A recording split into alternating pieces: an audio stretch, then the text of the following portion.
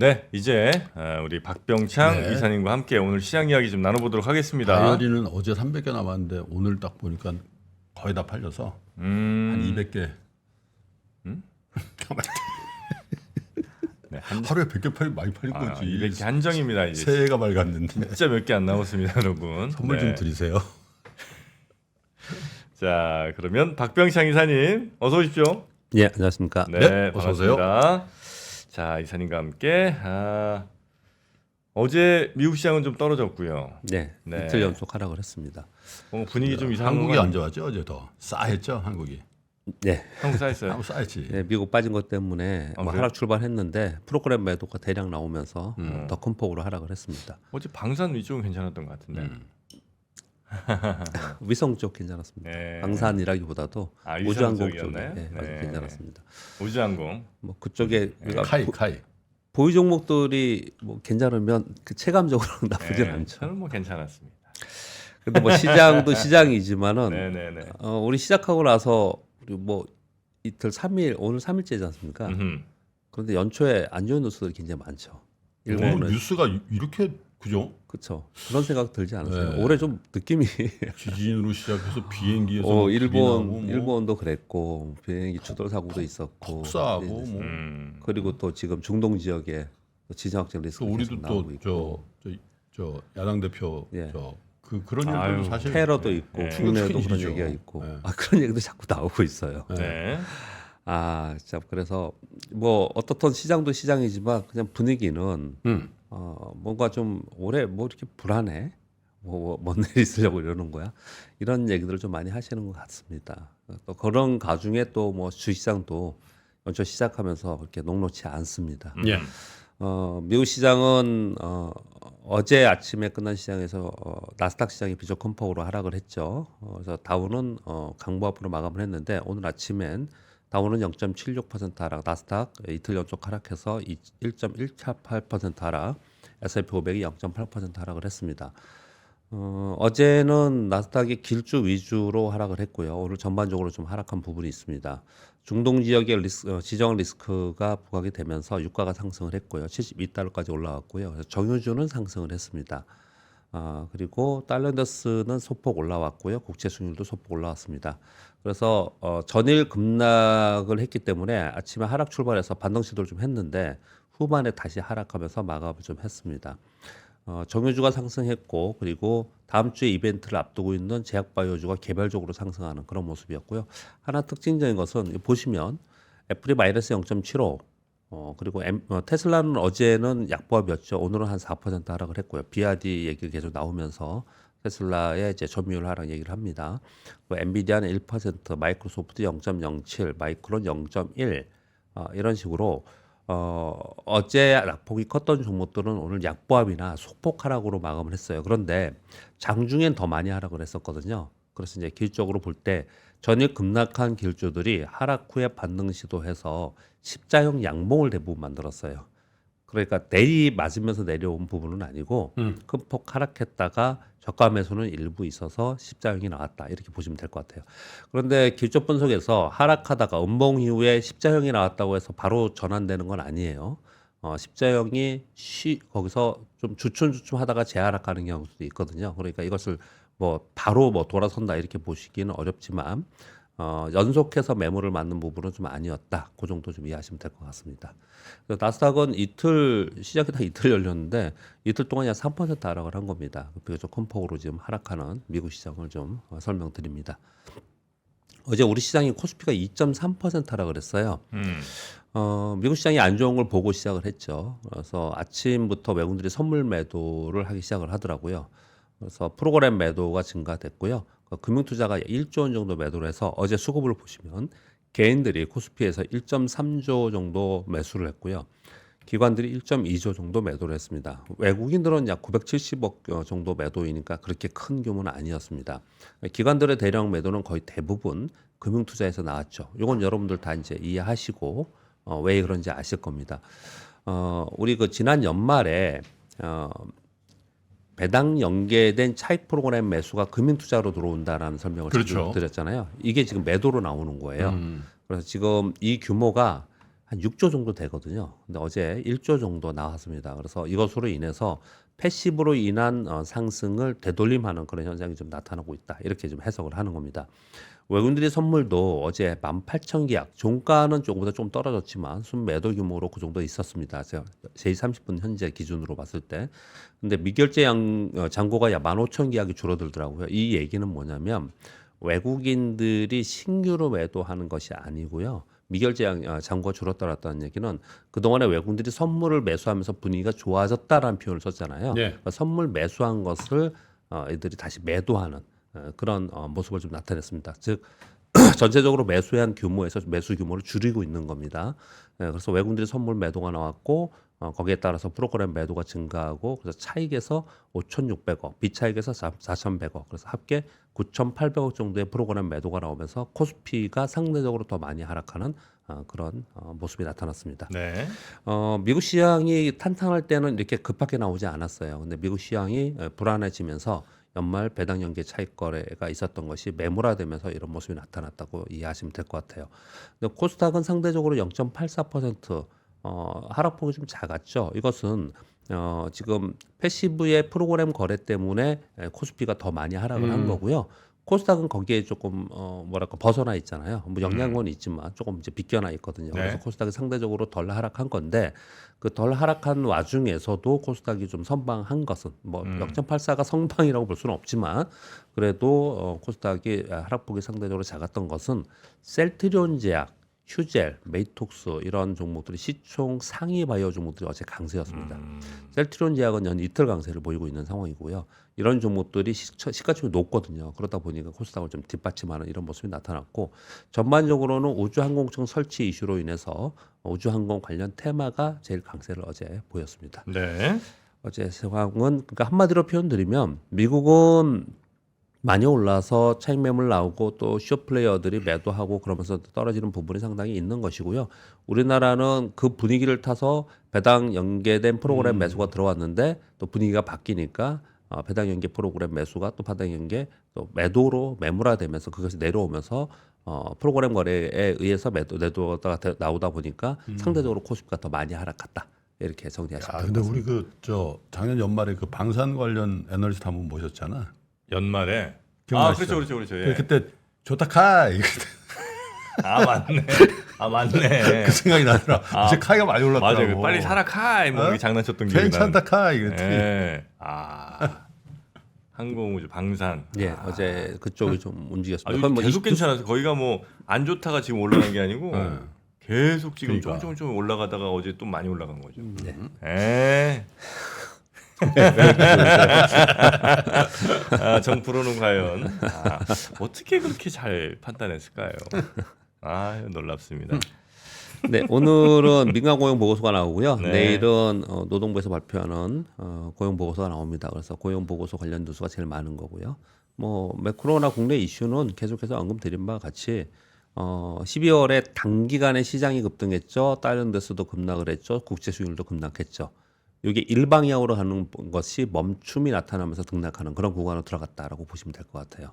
그래서 금리 인하 기대는 일단 금리와 시중금리와 시장에 선반영되는 부분이 있기 때문에 그 부분에 의해서 추가 상승보다는 이제 수급에 의해서 등락하다가 이제 점차로 시간이 지나가면서 실적으로 관심이 이동될 가능성이 있다. 그렇게 보시면 될 것 같고요.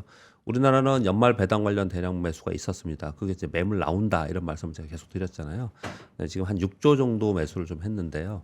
지금 한 1조 좀 더 넘게 지금 나오고 있는 것 같습니다. 그리고 외국인들의 선물 매수 포지션도 일부 청산되고 있는 상황이에요. 그래서 패시브의 되돌림 과정이 있는 상황인 거고요. 그것이 끝나고 나면 다시 종목별로 테마, 종목 장세가 이루어지지 않을까 그 정도 좀 보고 있는 것 같습니다. 네. 뉴스 말씀드리겠습니다.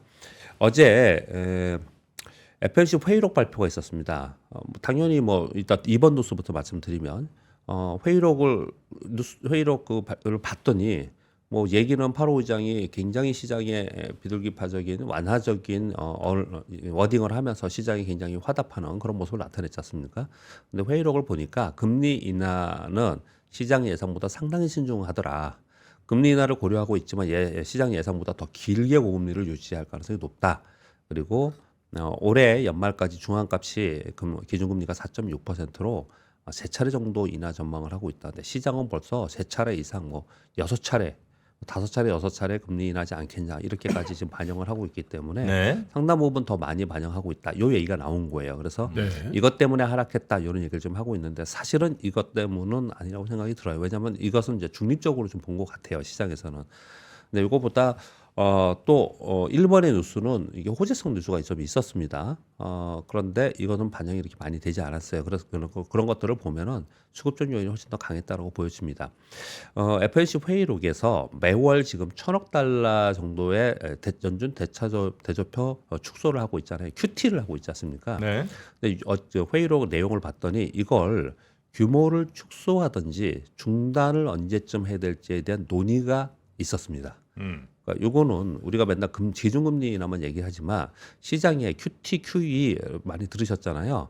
시장에 있는 자금을 유동성을 회수하느냐 아니면 유동성을 보강하느냐에 따라 시장은 굉장히 영향을 많이 받지 않습니까? 근데 계속 지금은 금리 인상을 하는 과정 속에서 매월 1,000억 달러 정도의 양적 긴축을 해왔던 과정이에요. 그래서 지금 작년 12월 27일 현재 연준 대차대조표에 7조 6,640억 달러가 지금 잔고라고 합니다. 어마어마한 거죠. 이게 근데 고점 대비 1억 달러 정도 감소한 겁니다. 이 히스토리를 여러분 좀 아셔야 되는데요. 네. 미국 시장의 S&P 500의 지수를 보면서 역시 미국뿐이 없어, 미국에 대해 이런 표현을 많이 쓰잖아요. 그랬던 것은 특히 그때 우리 정프로님이 저한테 이렇게 제가 차트를 보여드리니까 네. 2008년 전에는 그렇게 많이 급등하지 않았는데 그 이후에 이렇게 많이 급등했다. 네네네. 그 차트를 보면서 그런 말씀을 한번 나눈 적이 있었는데요. 08년도에 07년 말에 그 글로벌 금융위기가 있었지 않습니까?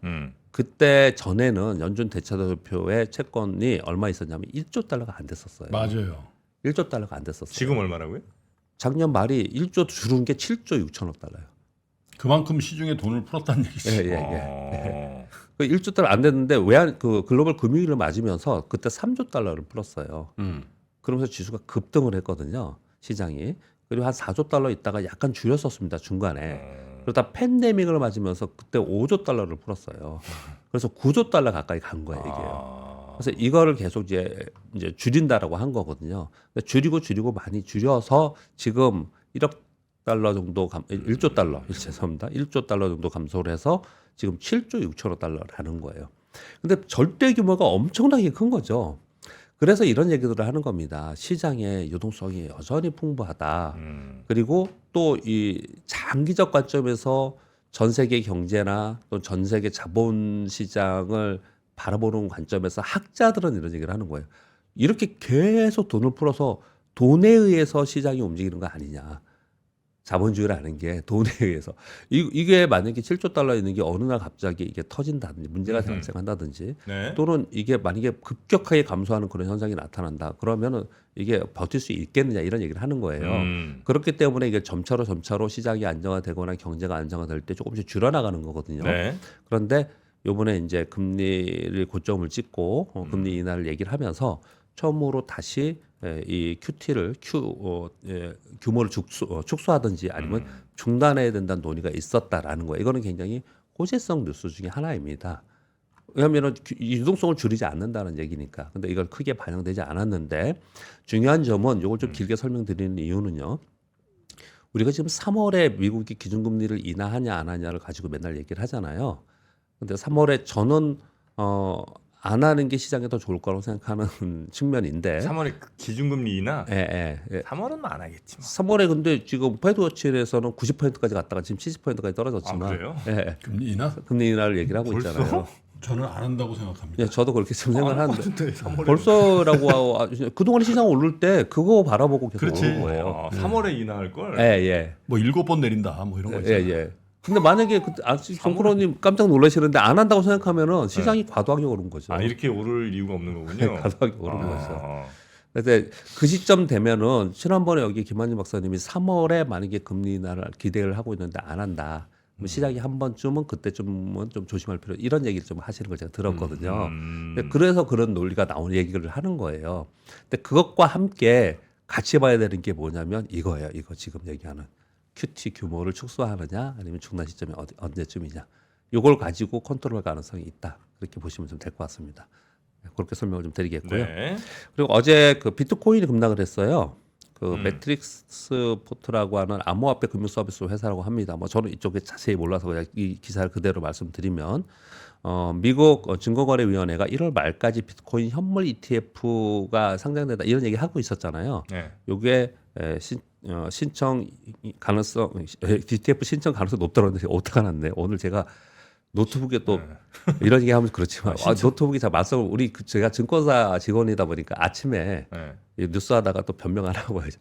아침에 일찍 와갖고 이 자료 작업을 하잖아요. 네네네. 근데 증권사는 방화벽이 있습니다. 아. 그리고 7시 30분까지 컴퓨터가 안 열려요. 그렇죠, 그래서 노트북을 하고 하는데 방화벽이 있어서 그 뭐죠 핫스팟이라 이런 걸 하는데 이게 자꾸 끊겨요. 자꾸. 근데 오늘 오늘 일로 예? 우리 사무실로 오세요.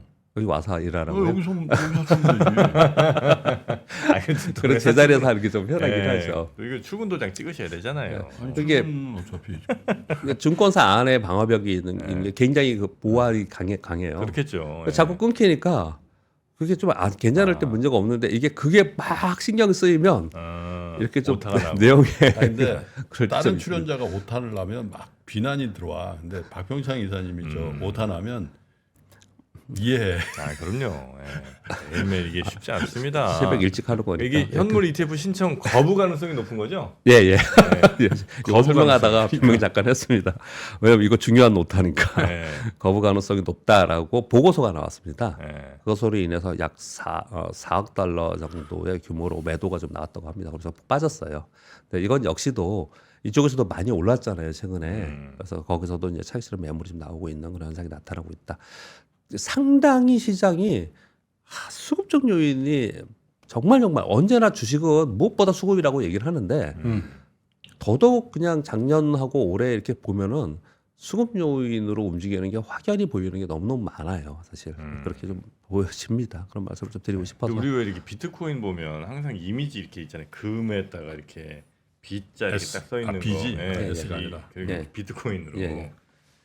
근데 그거 있는 줄 아는 사람이 있더라고요. 실물로. 실물 인출하면 그거 안 줘요? 왜 써요? 그러니까 이런 분들이 계셔서 그래서 비트코인 투자한다는 분들이 있어요. 아 이건 그래도 저 금처럼 이렇게 있지 않냐고 코인이.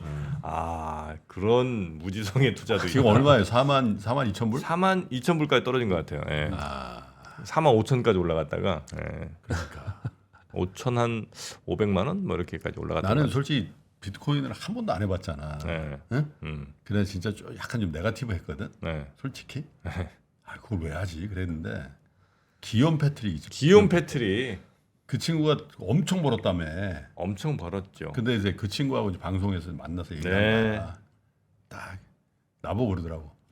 김프로님 10년 있다가 네. 지금 3만 불인데 이게 30만 불 갈 가능성, 3불 갈까, 뭐 예를 들면 30불 갈 가능성, 뭐 3천 불 갈 가능성, 혹은 3만 불에 스테이 할 가능성 어떤 게 제일 가능성이 없을까요? 네. 그래서 3만 불 그랬더니 맞다는 거야. 네. 멈춰 있을 가능성은 없는데 오르지 않으면 내린다.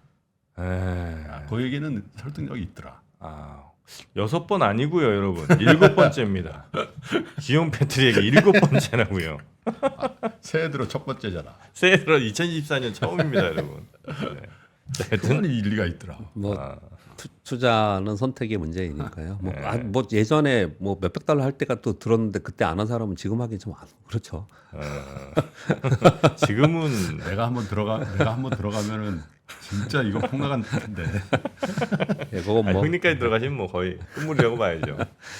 예, 그 삼성하고 마이크론 테크놀로지가 모듈 업체들 있잖아요. 하청 업체들이잖아요. 1분기에 디램 칩 가격 인상할 거라는 상승 통보했다라는 뉴스들이 좀 나왔습니다. 그래서 본격적으로 좀 인상의 러시가 좀 있다 이런 네. 뉴스가 나온 거고요. 5번, 6번 뉴스는 지금 직접적으로 영향은 없지만 그래도 의미가 좀 있어서 말씀드리겠습니다. 현대차하고 기아가 전기차용 전고체 배터리 특허 출원을 했다라는 네? 뉴스가 좀 배터리래요? 나왔는데요. 이거 미국 특허청 기록을 보면서 나온 거예요. 내용은 가압 장치가 갖춰진 전고체 배터리 시스템이에요. 네. 근데 이게 출원이 2022년 11월 28일 날 했거든요. 근데 특허는 1년 동안은 비밀 유지를 해야 되기 때문에 지금 이게 공개가 된 거예요. 그래서 지금 이런 우리만 그렇게 한 건 아닐 거 아니에요. 네. 모두 다 이 특허 출원을 위해서 이렇게 많이 하고 있다는 뉴스가 좀 나와 있는 상황인 거고요. 6번도 특허 관련 내용인데요. 삼성전자가 중국에서 리튬 공기전지 특허 취득. 지금 주식하고는 그렇게까지 영향이 크지는 않을 것 같아요. 공기? 그런데 근데 이런 경향이 있다는 것만 그냥 제 재미있어서 한번 가져와 본 겁니다. 어떤 내용이냐면은 혼합도체, 반도체가 아니고 혼합도체와 리튬 공기전지 제조 방법에 관한 특허 12월 19일 날 등록했다는 거예요. 작년 얘기하는 겁니다. 리튬 공기전지라 하면 공기 중 산소를 양극재로 사용하는 배터리예요. 그래서 리튬 이온 전지 대비 에너지 밀도 10배, 경량화에 유리하다. 그런데 단점이 있는데 전지 작동 과정 중에 수명이 현격하게 저하된다고 해요. 그래서 혼합도체를 활용할 계획이다. 이런 내용이 나와 있거든요. 아주 먼 얘기일 가능성은 있어요. 그렇지만 기술이 어느 쪽으로 바뀌고 있는지를 좀 알기 위해서 이 내용을 한번 가져와 봤습니다. 슬슬 현대차, 삼성전자 메이저들이 슬슬 저런 쪽에 슬슬 들어오려고 그러는 것 같네. 그러네요. 그렇게 정도 이해하시면 좀 될 것 같습니다. 삼성전자가 특허를 취득했다. 현대차가 현대차는 미국에서, 삼성전자 중국에서 그런 얘기들이 좀 있었다 말씀드리고요. 네. 지난번에 한번 제가 중국 게임 규제안 발표를 자세히 설명드린 바 있습니다. 그때 뭐 다른 패널 분들도 같이 얘기를 한 것 같은데, 그리고 그때 중국 게임주들이 급락을 하고 우리나라 게임주도 급락한 바가 한 번 있었어요. 그런데 어제 홍콩발 로이터 뉴스가 어떤 뉴스가 나왔냐면요, 이 게임 규제 발표 후에 담당 국장이 해임됐다는 뉴스가 나왔어요. 이 규제하고 나서. 네. 네, 그래서 이 게임 산업 규제가 과도했다라고 정책 당국에서 중국 당국에서 보는 게 젊은 애들 아니냐. MZ 세대가 또 난리 난 거지. 이렇게 얘기를 좀 하고 있는 것 같아요. 때가 어느 때인데 지금. 네. 그래서 업계에서는 어떻게 보냐면 이 규제안이 조정될 가능성이 있다. 그렇게 좀 기대를 좀 하고 있는 것 같습니다. 이런 뉴스가 나와서 이거는 알고 계셔야 될 것 같고요. 삼성전자 갤럭시 언팩 행사하는 거 아시죠? 미국에 17일 날, 우리나라 18일 날 하는데 이거 말이 되게 많아요. 왜냐하면 초대장에 갤럭시 AI가 온다라고 하는 문구와 함께 그 언팩하면 그 안에 이 문구가 써 있다고 해요. 어떤 문구. 이게 지금 언팩하기도 전에 벌써 오픈돼갖고 인터넷 막 돌아다닌다고 하잖아요. 그래서 이게 너무 이게 뭐랄까 비밀이 유지가 안 됐다 이런 얘기도 좀 하고 있는 그런 초대장 상황이에요. 받았어요? 초대장이요? 네. 아니 오긴 온 것 같더라고요. 왔어? 왔는데 내 미국이라 못 간다 그랬죠. 이렇게 블러핑하는 겁니다. 예. 뭐 있는 거죠. 근데 이게 나오면서 아마도 AI 모델 가우스탑체 지난번에 말씀드렸던 뭐 전화 통화하면서 통역되는 뭐 이런 거 있잖아요. 이런 것들 예술을 하고 있거든요. 그래서 실제로 어떤 게 나와서 그것이 실제로 우리들이 이 소비자들이 사용할 때 어느 정도의 효과가 있을지 이런 부분에 상당히 관심이 좀 있는 것 같습니다. 마지막 뉴스는 SK 하이닉스가 1조 3조 원 정도의 1.3조 원입니다. 원 1조 3천억 원 정도. 달러 채권을 발행했다는 발행한다는 뉴스가 있었습니다. 이게 투자은행 8곳을 지금 선정했다라고 하고요. 규모는 추후 확정한다고 하는데 이거 아마도 그동안에 적자가 계속 난 부분 때문에도 있고요. 또 하나는 시설 투자를 좀 하려고 하는 것 같아요. 그래서 이게 뉴스가 나오면 아마도 이거는 또 다시 시장에서 많이 회자될 것으로 보여집니다. 네, 10억 달러란 얘기네요, 그죠? 그러니까 뭐 환율하면 예, 1.3조 원 정도 아마 이렇게 되는 거 아니겠습니까? 네, 그 정도. 10억 달러 하는데 8군데면 너무 많다. 아 그래요? 저 흥행이 이렇게 좋지 않다는 뜻이지. 저뭐 8군데나 하나. 10억 달러 정도면 10억 달러 정도 되면 한 두세 군데면. 원래는 골만삭스 하나 주고 뭐 바클레이즈 하나 주고 뭐 다 끝나는 거야. 그래요. CT 같은 데 하나 주고. 시장이 이렇게 오늘 썩 여기까지 좋지는 하겠습니다. 저는. 알겠습니다. 자 그러면 우리 박병창 이사님 여기서 보내드리고요. 잠시 후에 부동산 PF 관련된 조금은 걱정스러운 소식을 좀 깊이 문정 이사님 만나봐요. 네, 우리 박병창 이사님은 여기서 보내드립니다. 대단히 고맙습니다. 감사합니다. 외환위기 오는 거 아니에요? 금융위기 오는 거 아니에요? 이런 질문들을 좀 굉장히 많이 받았었습니다. 탐욕이 되게 강했을 때 위험자산으로서의 극단적인 쏠림이 나타나고 공포감이 극에 달했을 때 안전자산으로서의 극단적인 쏠림이 나타나거든요. 과거의 일이 미래에 똑같이 일어난다 이건 아니지만 그때 당시에 위기 상황에서는 어떤 공통점들이 있었는지를 보면서 우리가 대비를 하는 방법도 고민해 볼 수 있고요. 과거를 제대로 이해하는 순간 위기의 실체가 드러납니다. 오건영의 현실 경제 이야기를 서점에서 만나보세요.